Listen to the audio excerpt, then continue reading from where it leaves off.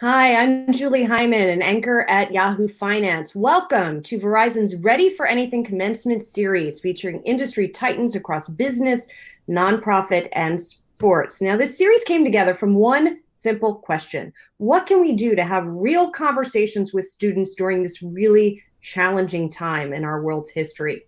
And the answer was to provide you with direct access to people we admire over the next 4 weeks. Now, these leaders will share their top advice with you and then be open to any question you might have about the future.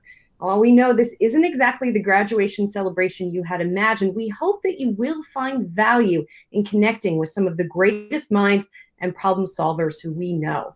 Throughout this series, please do send us your questions. You can do that in the comments. And please, when you do, share your name, your university, and your questions and thoughts. We will get to as many questions as we can during each of these broadcasts. So let's do it. Let's get started. And we're going to start with William P. Lauder. He's the executive chairman of the Estee Lauder Companies. And just to give you a little bit of background on the company, it was founded by his grandmother. It's now a $64 billion cosmetics and personal care powerhouse. In addition to brands you might know like Estee Lauder itself, a lot of other brands you're probably familiar with, from Aveda to Bumble and Bumble, Clinique, MAC, Smashbox. So a lot of brands that you might know live under Estee Lauder, as well as the brand Origins, which is one that William Lauder started and led that creation back in 1990. He was also the CEO of the company. You might want to know what his alma mater is. It's the University of Pennsylvania. He's a member of the board of trustees there now, and he also teaches a class called Decision Making in the Leadership Chair, which is for second-year MBA students. So I want to bring in William Lauder now. William, welcome, and please share your thoughts with us. Well, thank you, Julie and Verizon, for having me, and to all of you for tuning in. First and foremost, it is great to be here and with so many graduates joining you and your loved ones, friends and family, for such a momentous day in your life. I know that this has been a challenging time for everyone across the world, and I hope that wherever you are, you and your loved ones are safe and well. When I reflected on the theme of the series, Class of 2020, Ready for Anything, I thought to myself, if graduating and beginning your career in the midst of a global pandemic doesn't make you ready for anything, I don't know what will. Congratulations to you all on the incredible accomplishments you've already achieved in being active in your education and your communities, and to your fortitude in getting to this moment today. You are learning at the earliest stage of your professional development the most important quality that a leader can have, adaptability. While this may seem difficult, I can tell you, you already have a great start. Thankfully, crises of this magnitude don't come along often in our lifetimes, and it's worth paying close attention when they do, because these times teach us a great deal about ourselves, our communities, and our world. There are only a handful of other moments in our history that are comparable to what we are experiencing today. And through them all, there is one constant. We see transcendent leadership rise, and we remember it forever.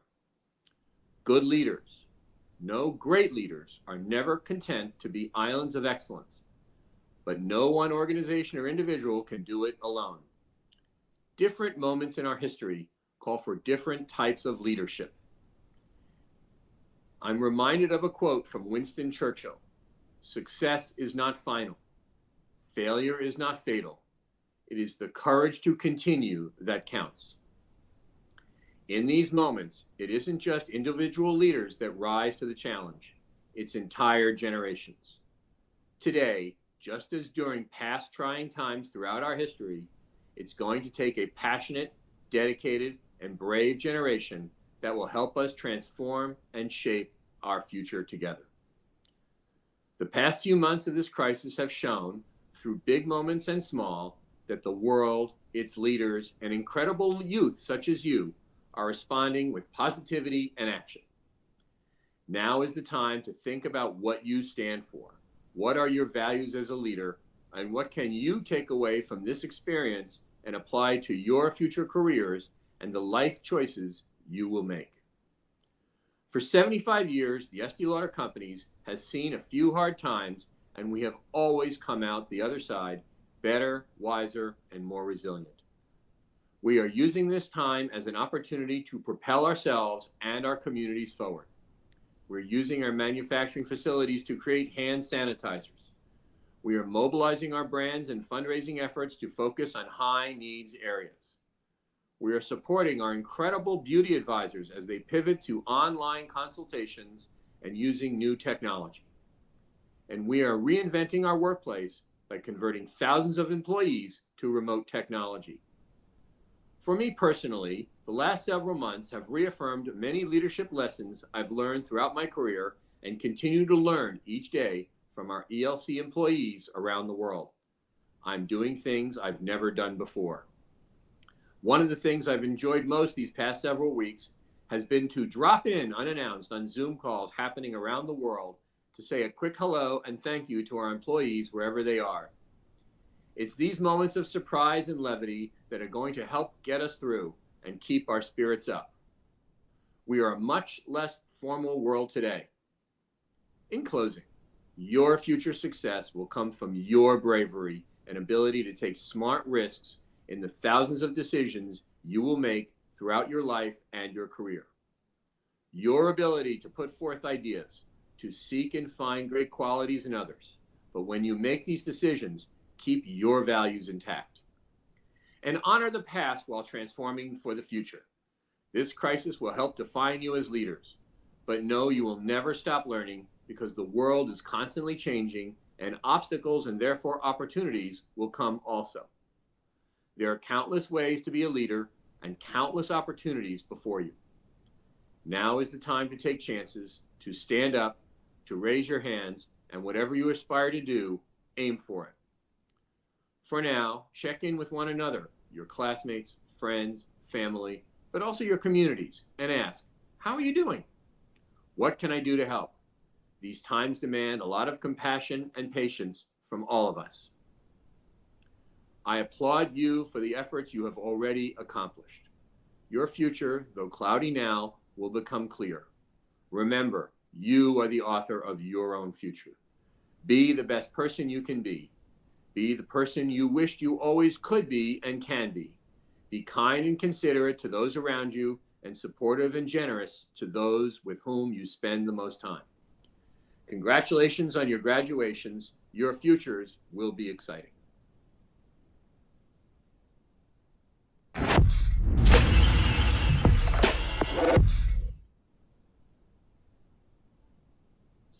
Thank you so much, William, for those words. And indeed, your futures will be exciting, class of 2020. And let's hope that all of us come out of this current situation stronger. I just wanted to remind you that you can now submit questions under the comments section on LinkedIn. Please provide us with your name as well as the school to which you've been going so we can read that along with your question when we do present it. So I do want to bring back in William to answer some questions right now. So William, we know that the roots of your company were during the Great Depression. Of course, you also went through the financial crisis.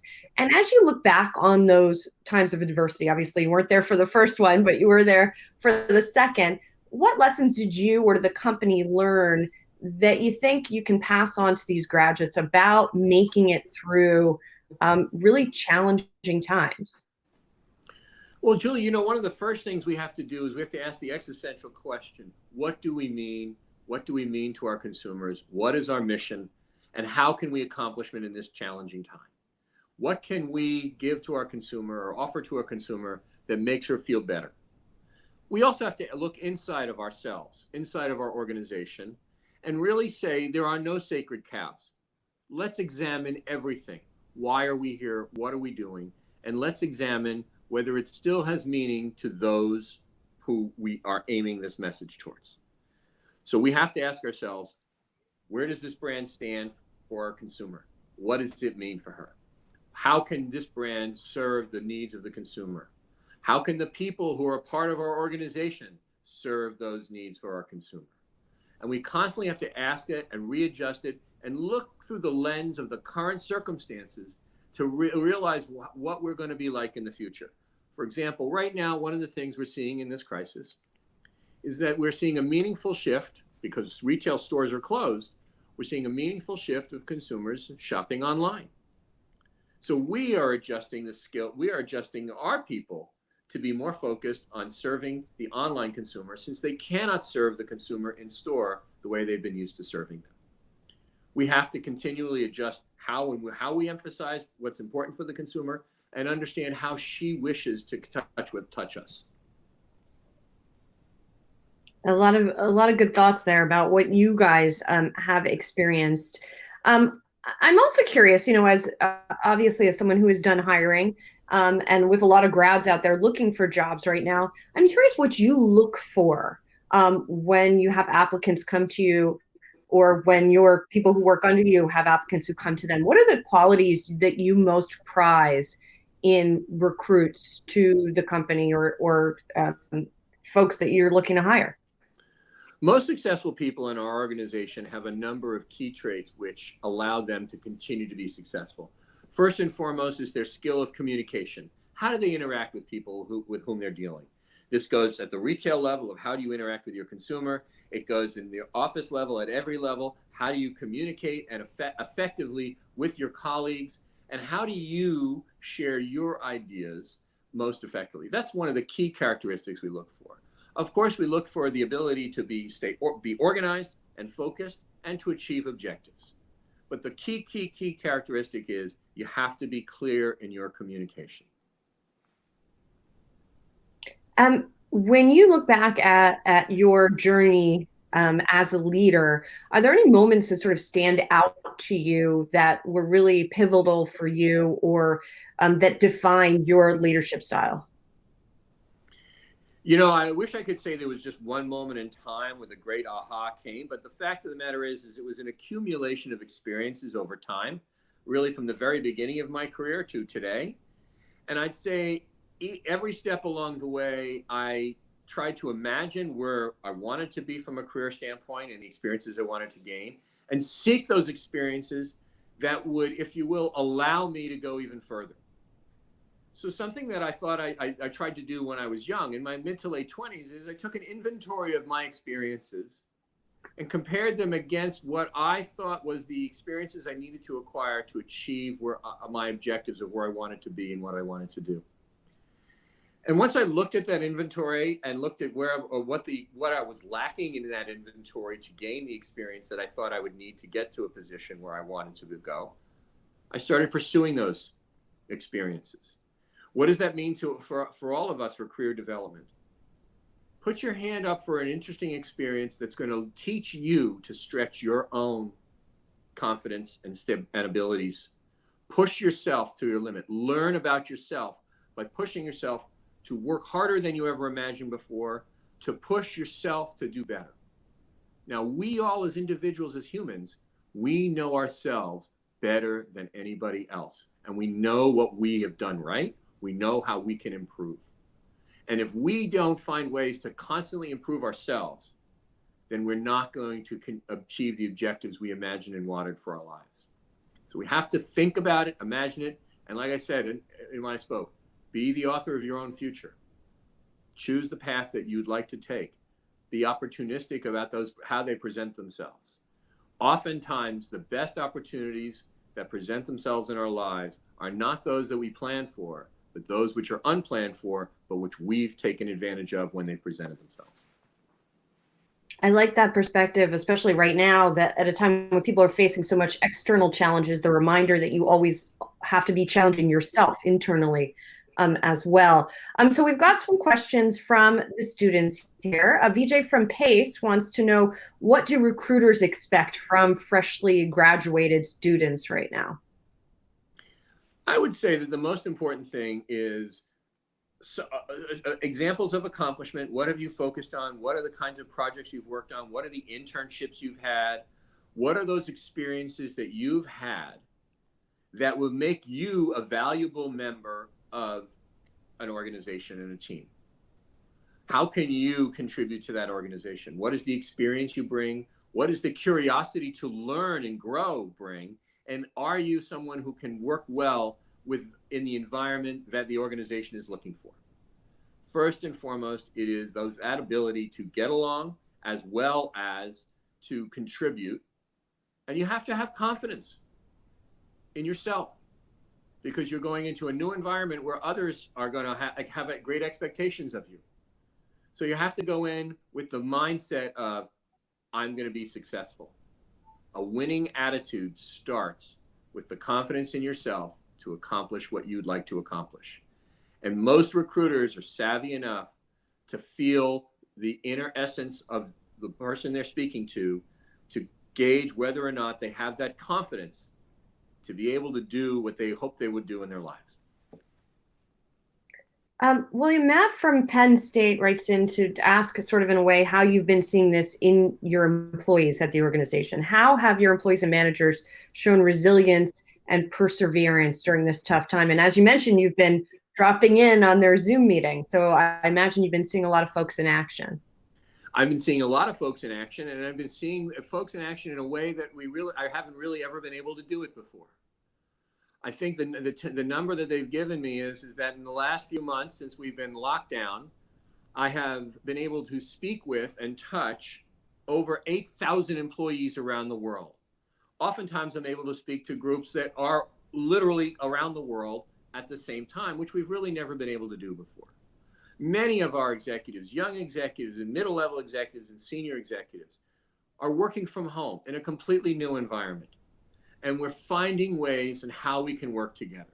How do we connect and communicate effectively? How can we collaborate when we can't just speak to the person sitting next to us or across the table from us? We have to pick up the phone and call them. We have to connect with them through a remote technology all the time while juggling multiple responsibilities and time. It's not a challenge, but I've seen it's a challenge for all of us. But I really admire the people in our organization for how they have shifted, how have they adopted, how have they shown their resilience to be able to work in a new environment. And many of our young executives have shared that while it's a very demanding environment, the camera's on you all the time in a Zoom environment, they find they're working in a more focused way and in a more disciplined way than they might have done before.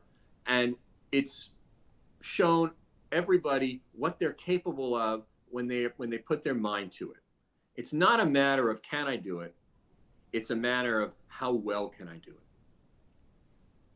We have to do it. That's the bottom line right now. So that question, how well can you do it, really is the pertinent one. Nilu writes in to ask something that I think is on everyone's minds, not just the graduates, of course. When will companies go back to normal? Hiring, for example, when will we see some of the layoffs that we've seen reverse? When will we see, I mean, as we know, some companies have said they're going to let a lot of folks work from home indefinitely. So what do you think that trajectory looks like? I think the trajectory is going to look very different for different companies in different industries in different regions around the world. And there's no one size that's going to fit all solutions. Certain companies really thrive on the close interaction and working together of their groups. Certain other companies have the ability, they're really more a series of individuals doing their work who can perhaps work more effectively remotely. And in organizations such as ours, we've got certain groups who really do need to work together because they work in an environment where there's a great deal of sensory input. Those in creative departments creating creative materials, packaging, and advertising and other areas have a very different discipline than those who are doing more analytical work with numbers. As just an example, our product creators have to see, touch, and feel and smell what they're creating for their consumer, and they have to oftentimes be in the laboratory to be able to do that. And most of them do not have laboratories in their homes in which they can do this work. So they have to find ways to adjust. And every organization really has to think through, what is the meaning of work? What is the meaning of working present physically? What is the meaning of working remotely? And what are those things, those efforts we're willing to make for us to work effectively as an organization? And can we be successful long-term in this hybridized environment? I believe these last few months have taught many people about what they're capable of doing and would like to be able to do remotely. And they've also learned about what we enjoy as humans in interacting with each other and what we miss. And humans, by our nature, we like to interact with each other. We're not necessarily comfortable in isolation. So we have to learn to adapt so that we can survive, right? The reason we're doing this is because there's an imminent threat to our health and our lives. And at the same time, we have to learn how we can connect with each other effectively for the long term. I believe that most companies will stabilize when we come to a new normal. I don't believe we will be returning to the old normal. In certain areas we might, but certain other places, I believe the way we interact with each other, the way we work together, probably has permanently changed. Yeah, that feels right to me as well. We have another question about starting a business right now. Simran from Hofstra says, I'm starting my own self-care Instagram. Do you have any advice for young entrepreneurs during this challenging time? Well, for all entrepreneurs, the key is having the perseverance to see through your passion for as long as you possibly can. Creativity does not come on the first try. Creativity comes with lots of crumpled paper on the floor, lots of different tries. And in order to be creative, in order to create something that when somebody wants it, they can't do without it, you have to keep pressing, keep trying, keep persevering. I'll share a story with you from my grandmother, Mrs. Estée Lauder. Very soon after she founded the Estée Lauder companies, she was traveling around the United States by train, selling her product to various different department stores that were located in all these towns around the United States. She traveled by train alone, not in post-World War II United States. And she tells the story how she visited a buyer, and she arrived at the buyer's office around 9 o'clock in the morning, and the buyer said, I don't have time for you. She sat in the waiting room all day long, waiting for the buyer to have the time for her. Around 5:30, the buyer came out and saw her, and she says, you're still here? Come on, why don't you show me what you got?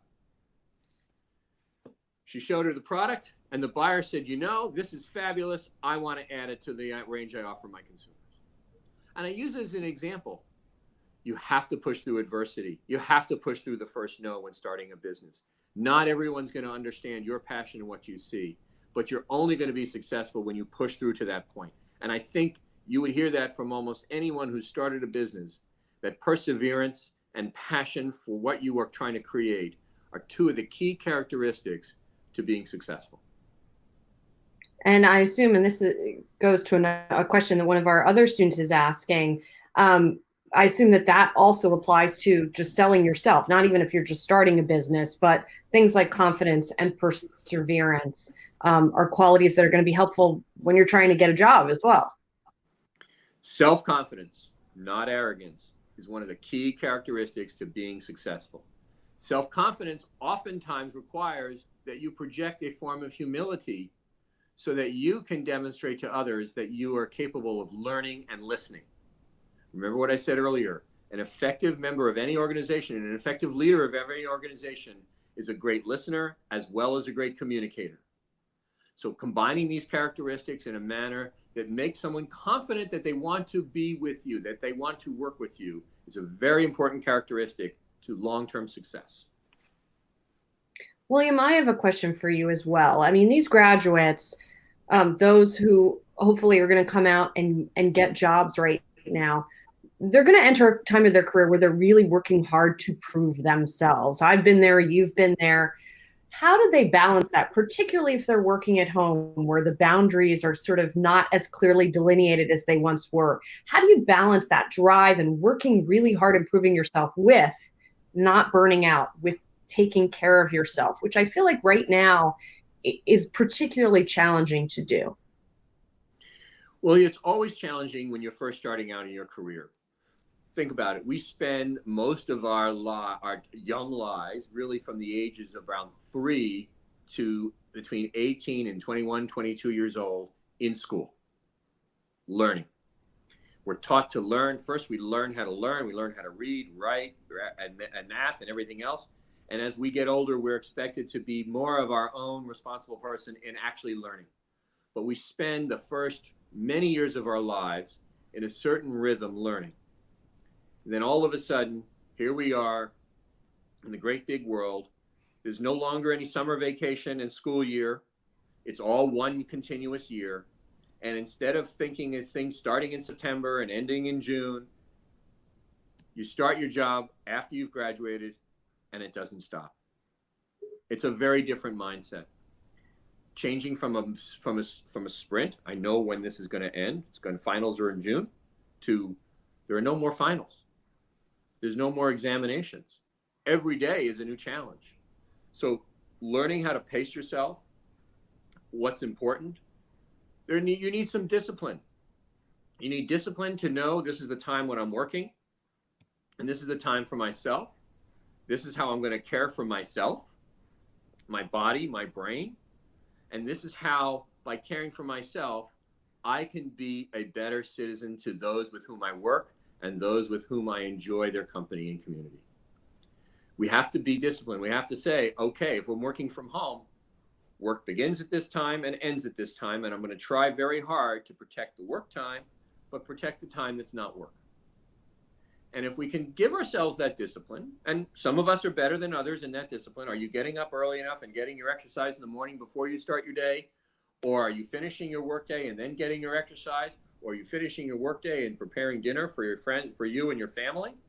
Whatever it is that helps you to clear your mind, be calm, reflect on yourself, those kinds of things that we do as we work hard are very important.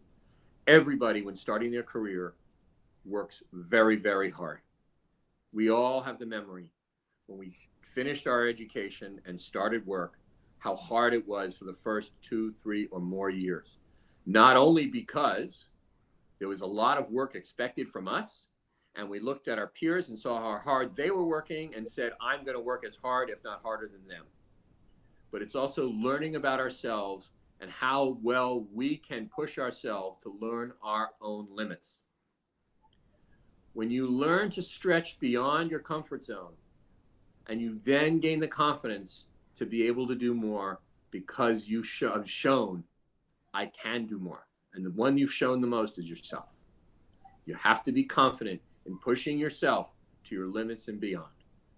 And if you practice continuous self-improvement, always striving to do better, always striving to do whatever it is you do better, faster, more concisely, then you'll continue to improve and your career will continue to develop. William, I think that's a great place to leave it. Just self-discipline, pushing oneself. I think these are really valuable thoughts to leave our grads with. William P. Lauder is the Executive Chairman of the Estée Lauder Companies. Thank you so much for doing this. Our best to all of the class of 2020. But